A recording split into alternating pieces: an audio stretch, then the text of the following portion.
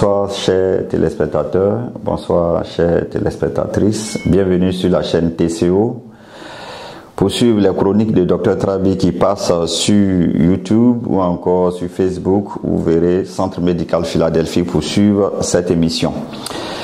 Aujourd'hui, nous allons parler d'un thème ou d'une histoire par laquelle je vais commencer. Il s'agit d'une maman qui est venue me voir en consultation et qui se plaint de ce que son enfant n'arrive pas à dormir. Il se tord la nuit et cela plusieurs fois dans la journée aussi. Mais pratiquement c'est à des heures précises qu'elle le mentionne. Directement, j'ai pensé à ce que ça pourrait être ce qu'on appelle les coliques du nouveau-né ou encore du nourrisson.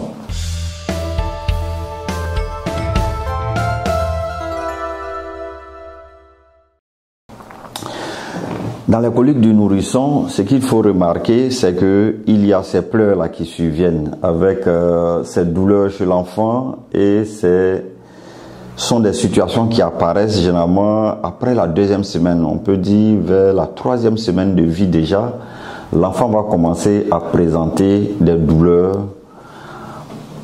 qui sont liées à la prise de lait, le lait infantile de commerce, mais parfois aussi le lait maternel.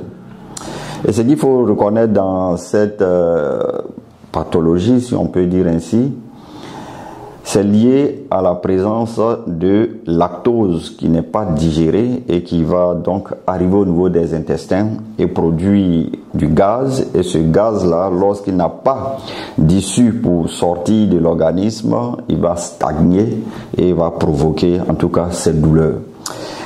Chez les enfants, donc, le lactose qui est trouvé dans le lait maternel va être digéré par une enzyme qu'on appelle la lactase.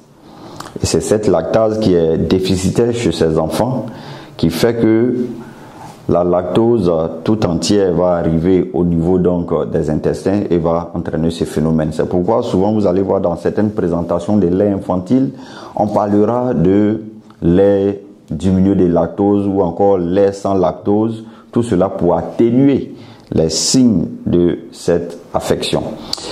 Donc souvent, comment elle va se manifester? Ce sont des douleurs, typiquement des douleurs qui vont débuter de façon brutale et chaque fois l'enfant va se tortiller et ces douleurs-là vont être en tout cas calmées lorsque l'enfant va émettre les gaz. C'est pourquoi il n'y a pas lieu de s'inquiéter.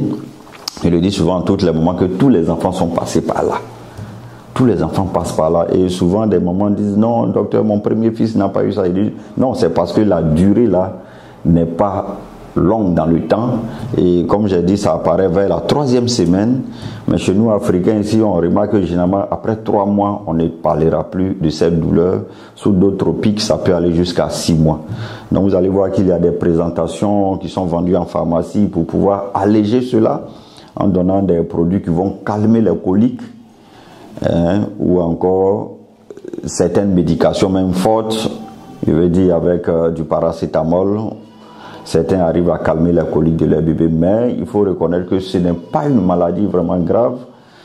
Je n'ai même pas envie de dire une maladie parce que ça va disparaître et c'est dû donc à la fermentation du lait dans le tube digestif de l'enfant qui va produire du gaz et que lorsque ce gaz-là va sortir, on aura donc trouver la solution. C'est pourquoi, comme solution que nous on propose aux enfants, ce sont des massages de l'abdomen. On peut faire dans le sens des aiguilles d'une montre en appliquant en tout cas une pommade, le lait du bébé pour pommader son ventre et tourner dans le sens des aiguilles d'une montre. Tout cela parce qu'on cherche à faire évacuer le gaz. On cherche à faire sortir le gaz et vous verrez que beaucoup de mamans disent docteur, quand mon enfant fait beaucoup de vent, en tout cas c'est là que ça le soulage.